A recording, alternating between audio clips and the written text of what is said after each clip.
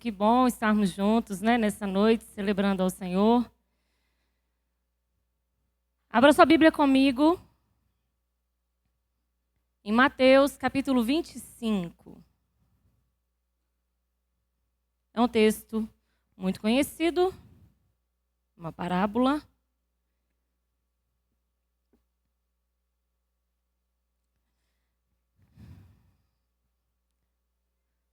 Mateus capítulo 25, eu vou ler apenas o versículo 13.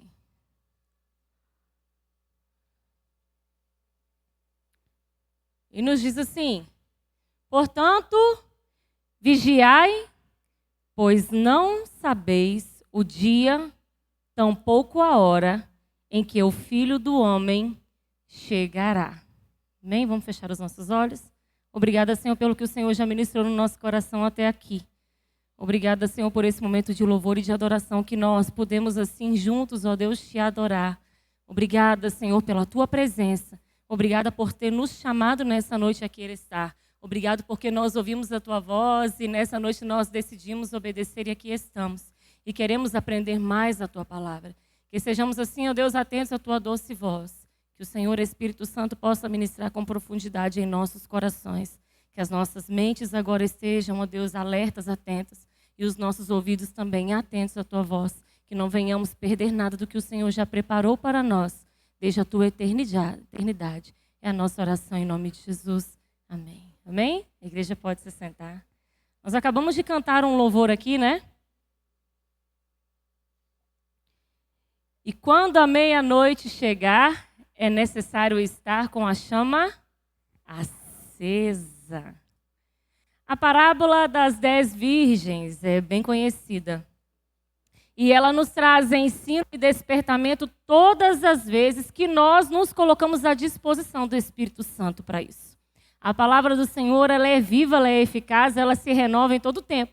Todas as vezes que nós lemos, mesmo que nós já tenhamos lido, quando nós lemos de novo, um novo aprendizado o Senhor nos traz. E é isso que Ele quer fazer comigo e com você aqui nessa noite. E nessa parábola, você pode depois pegar para ler aí, né? Mateus 25, dos versos 1 até ao 13, Jesus estava ali contando aos seus discípulos. E nessa parábola tinham 10 virgens. 5 prudentes e sábias e 5 imprudentes e inconsequentes. O termo virgem ali na parábola, né, ele traz um entendimento de integridade e de pureza. Naquele tempo, em casamentos, as virgens eram como as madrinhas ou as damas de honra, que são utilizadas no casamento de hoje, e elas iluminavam a chegada do noivo para o casamento. Era um papel importantíssimo que elas desempenhavam naquele tempo, né? E no sentido espiritual, trazendo para nós agora, as virgens são a igreja à espera de Cristo. Nós estamos à espera do nosso encontro, mais uma vez, com o nosso noivo, mas agora do nosso encontro para a eternidade. Porque nós temos a oportunidade todos os dias de encontrar, né, com o nosso noivo Jesus. Ele está sempre à disposição para nos encontrar e para falar conosco. E nós precisamos, assim, então, aproveitar disso, usufruir desse tempo, desse momento que Jesus, né, está sempre disposto a falar conosco. As candeias, né, ou as lamparinas, as lâmpadas ali, naquela época elas eram de barro e elas tinham um reservatório dentro delas onde ficava o óleo, o combustível, né? E tinha também um material para absorver aquele combustível, como um algodão, ou a gente vê o barbantezinho na vela, que seria ali aonde a chama ficaria acesa. As candeias, as lamparinas, elas serviam naquele tempo para iluminar. Para a nossa reflexão aqui nessa noite, nós somos candeias de barro, onde o reservatório precisa estar cheio do óleo da unção, para que possamos assim caminhar na luz e iluminar. O nosso coração de homem, de criação, em seu estado natural, ele é como uma candeia apagada. Mas à medida que nós ouvimos a palavra de Deus e assim nós decidimos conhecê-la mais e mais, nós nos enchemos de fé e a nossa candeia interior é acesa. E essa luz transforma-nos de dentro para fora e transborda assim em ações e atitudes, porque a transformação na vida do Filho de Deus, ela não começa de fora para dentro, mas é o contrário. Jesus entra para fazer morada, ele vai colocando todas as coisas no lugar. E então nós começamos a ter uma manifestação de vida diferente, que é através da vida de Jesus em nós, uma candeia acesa. Portanto, queridos, a candeia em nossa vida, ela serve para nos direcionar, para orientar, preparar, nos unir ao corpo de Cristo e ser motivados em fé, mas também nos manter em todo tempo vigilantes. É o versículo que nós lemos aqui, portanto, vigiai. Nós precisamos estar o tempo todo atentos, né? E uma reflexão para mim e para você, para nós começarmos então nessa noite, através dessa palavra, como está a sua candeia? Como está o reservatório da sua candeia? Você sendo uma candeia de barro e precisando estar cheio da unção de Deus. A primeira coisa que nós vamos destacar aqui é sobre a fé. Existe a fé genuína e existe a fé superficial. A fé, ela é o combustível do Filho de Deus, sendo nutrido pela presença do Espírito Santo. Somente com a presença dele é que nós conseguimos caminhar dia após dia em fé no Senhor. E uma fé genuína, ela é profunda e inabalável. Ela é viva através de ações como o perdão, como o servir ao próximo, a compaixão. A fé genuína é transformadora de dentro para fora, com uma vida de obediência em busca pelo que é justo. E aí Romanos, capítulo 1, versículo 17, nos diz o quê? Pois o justo viverá pela fé. A fé é o nosso combustível. Essa, portanto, a nossa fé, ela é nutrida na nossa intimidade com Deus. Se não investirmos em tempo para conhecermos a Deus intimamente cada vez mais e mais, a nossa fé vai se esvaindo. Ela é nutrida a partir do nosso relacionamento com o nosso Pai. Já a fé superficial, ela é frágil e instável, egoísta e interesseira. Ela está focada somente nos benefícios. Ela não é focada em servir, ela não gera transformação interior e nela não há a prática da obediência, o que leva a uma vida dita como no piloto automático, sem compromisso.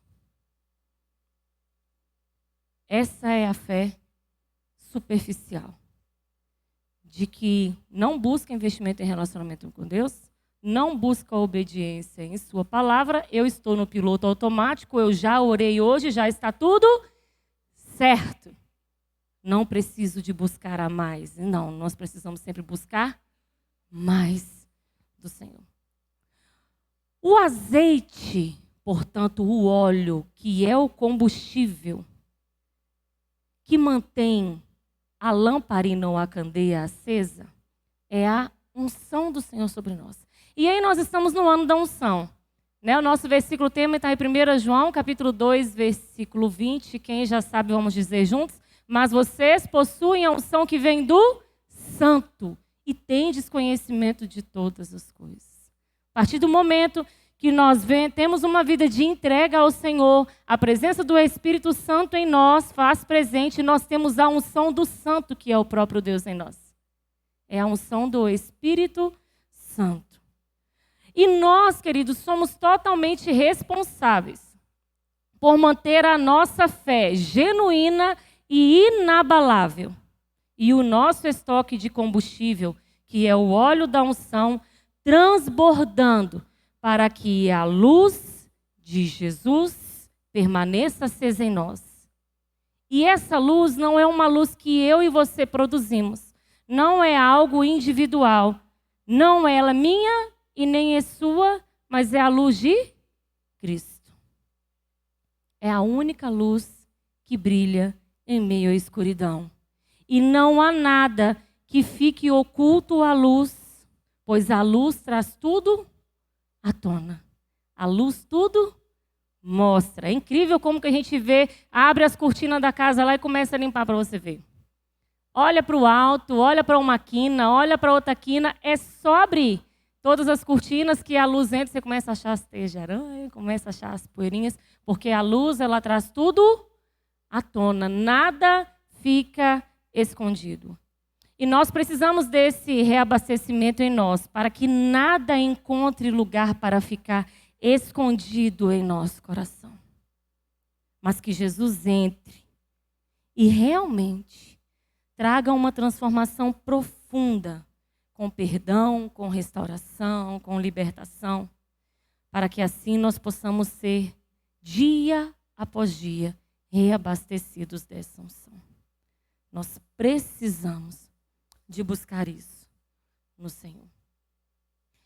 E no versículo 6 desse capítulo 25, fala que à meia-noite ouviu-se o grito: o noivo se aproxima, saiam ao encontro dele. À meia-noite, quando você vai buscar um significado para isso, ela tem um significado de transição de um dia para o outro. É o ápice da escuridão. E algumas curiosidades bíblicas sobre aí o meia-noite, né? À meia-noite, os primogênitos foram feridos no Egito. Paulo e Silas, à meia-noite, foram libertos da prisão. Gideão atacou os midianitas, pois era o momento em que sua defesa estava mais vulnerável. E é à meia-noite que Jesus se retirava algumas vezes para orar, assim como o salmista Davi. E nessa parábola, como nós acabamos de ler, nós temos a vinda do noivo, se referindo à meia-noite, mas lembrando que ninguém sabe o dia e nem a hora em que Jesus voltará. É uma parábola, tá bom? À meia-noite, muitos de nós já estão dormindo. Se não estão ainda dormindo, estão indo dormir. Ou quem não dorme nesse horário é por causa de alguma necessidade de trabalho, ou de enfermidade, ou alguma dificuldade. E o sono aqui, ele pode ter duas aplicações que eu gostaria de destacar. Porque quando chegou a meia-noite, no versículo 5 fala que o noivo demorou a chegar e as virgens estavam dormindo. E aí eu quero destacar duas coisas sobre o sono: descanso e dispersão. Mas a primeira coisa aqui é que não há mal algum no descanso. Nós devemos descansar. E no Senhor nós temos a segurança para esses momentos de descanso. E reforçar que descanso é diferente de preguiça. Preguiça não é de Deus. A preguiça, ela não é benéfica. E lá em Provérbios 13, 4, diz que o preguiçoso deseja e nada tem. O preguiçoso, ele quer, mas ele não alcança nada. Descanso é diferente de preguiça. Desfrutamos de descanso, portanto, em Deus, quando nós investimos, quando nos preparamos e quando permanecemos alertas à voz do Senhor. Nós precisamos estar atentos quanto ao ficar dispersos, que é um outro tipo de sono agora espiritual. O disperso é aquele que vive à mercê e não se prepara para nada.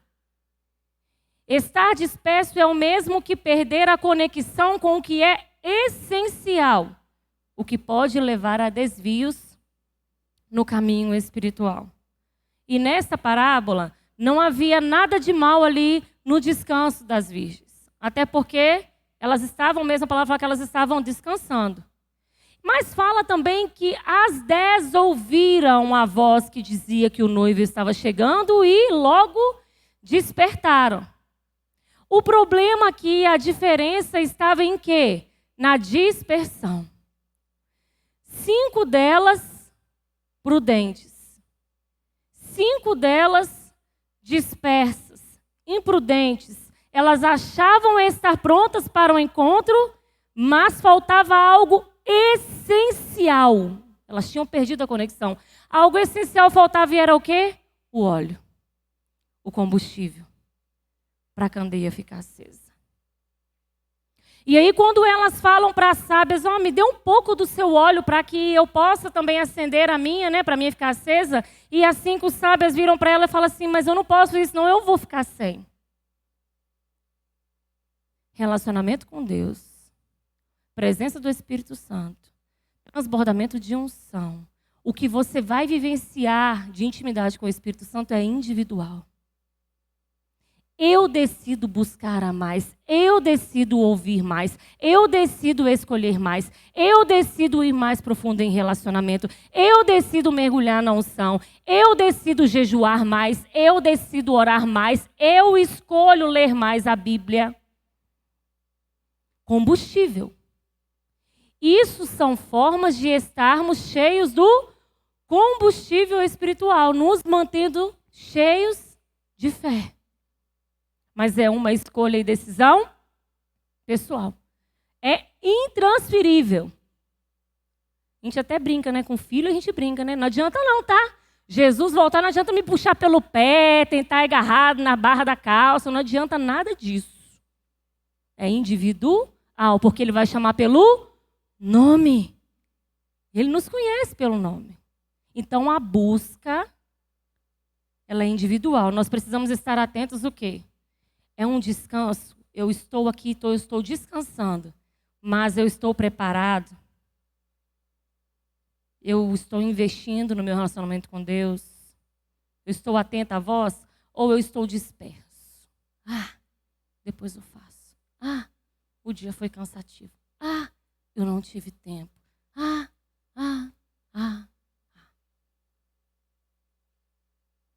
Parece clichê, mas não é.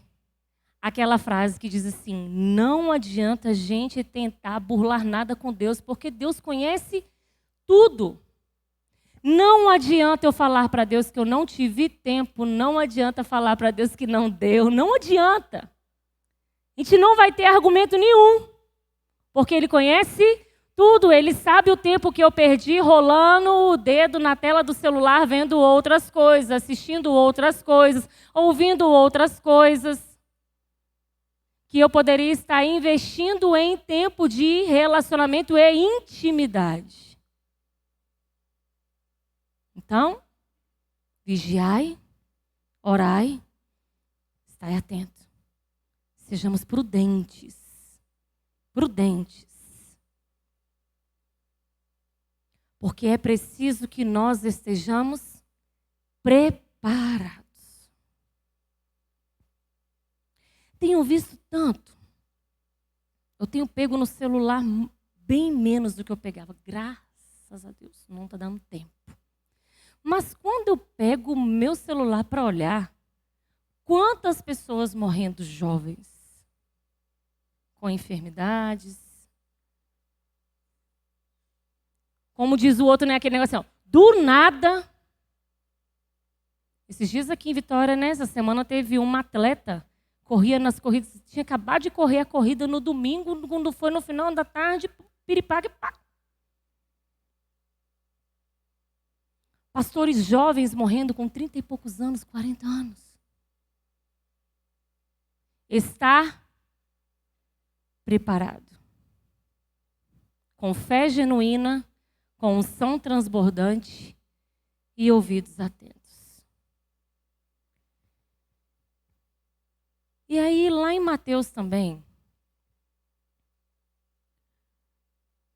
Mateus, no capítulo 22, nos versículos de 1 a 14, nós encontramos uma outra parábola. Não vou ler ela toda aqui, só vou falar sobre, mas você pode ler depois. Mateus 22, de 1 a 14. Nós encontramos outra parábola também falando sobre casamento, sobre bodas. E ali fala que o rei, ele havia preparado um banquete de casamento para o seu filho. E ele convidou várias pessoas, mas aquelas pessoas convidadas não quiseram participar da festa do banquete. Olha. Foi então que o rei decidiu estender o convite a todas as pessoas que os seus servos encontrassem pelas ruas. E os seus servos saíram a convidar. E no versículo 10 do capítulo 22, diz que ali naquele banquete, haviam pessoas de todos os tipos, boas e más. Mas quando o rei entrou naquela festa, algo chamou a atenção. E ele notou que havia ali um homem que não estava com as suas vestes nupciais. E ele pediu aquele homem para se retirar da festa.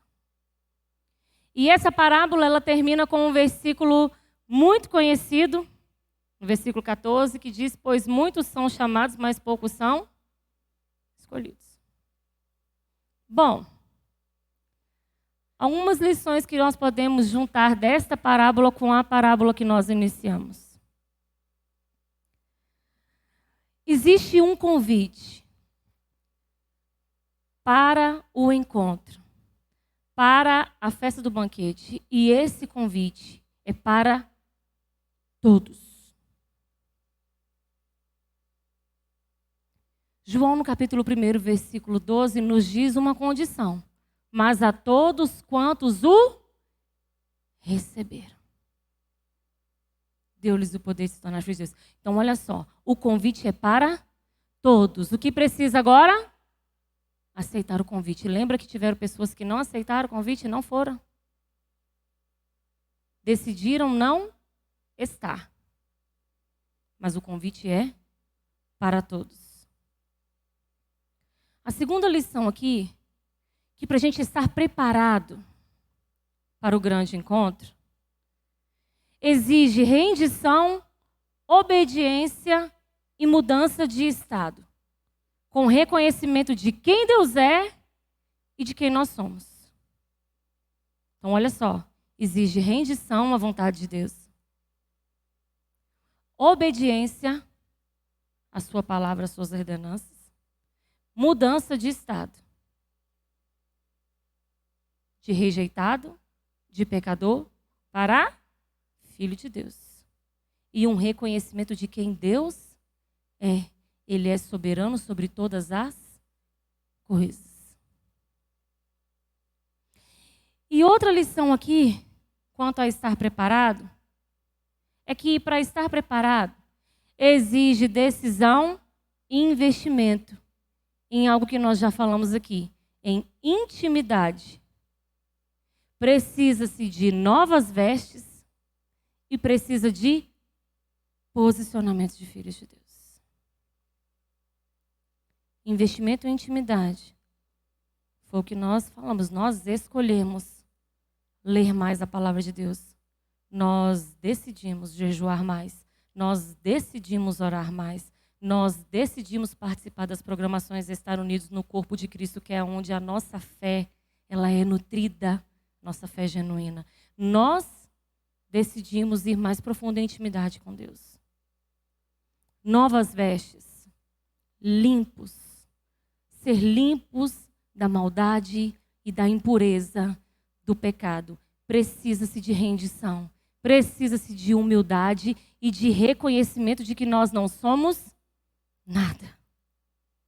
Nós precisamos do auxílio e da misericórdia do Senhor. E precisa de posicionamento. Quem esteve aqui pela manhã, ouviu a ministração do pastor Robson.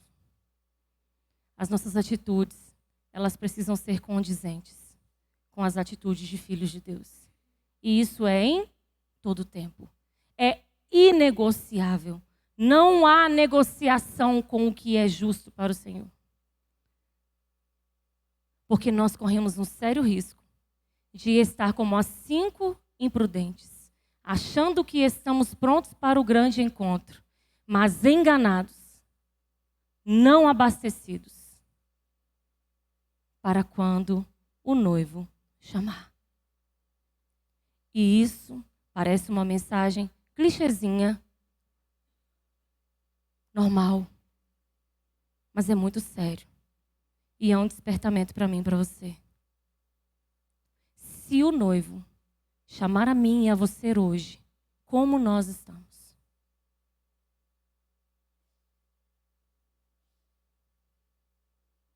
Se chegou a hora, como eu estou para o encontro com Ele?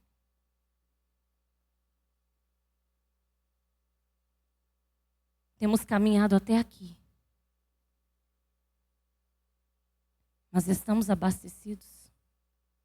A nossa candeia, a nossa lamparina, ela está cheia de óleo, de azeite, da unção do Senhor para o nosso encontro com Ele? Ou nós estamos dispersos no meio da nossa caminhada com Jesus? Uma reflexão. Porque, vamos ser sinceros, de que vale caminharmos enganados? De que vale investirmos o nosso tempo, os nossos dias, como desgastar o nosso tempo, os nossos dias? Enganados, achamos que estamos indo para o encontro com o nosso Pai, mas não estamos vigilantes e não estamos nos abastecendo.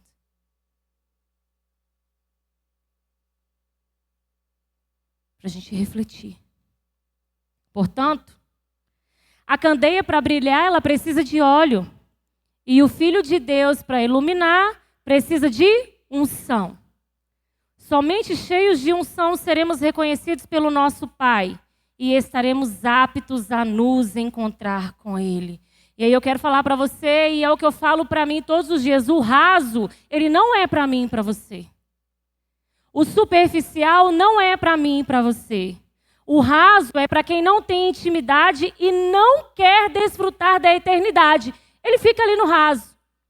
Ele não decide ir mergulhar e ir mais profundo em conhecimento do Senhor. Fica no raso. Mas no raso, é bem provável que fiquemos dispersos com o que está acontecendo ao redor. E não nos atentemos com o que é essencial, que é a nossa busca pelo nosso Deus.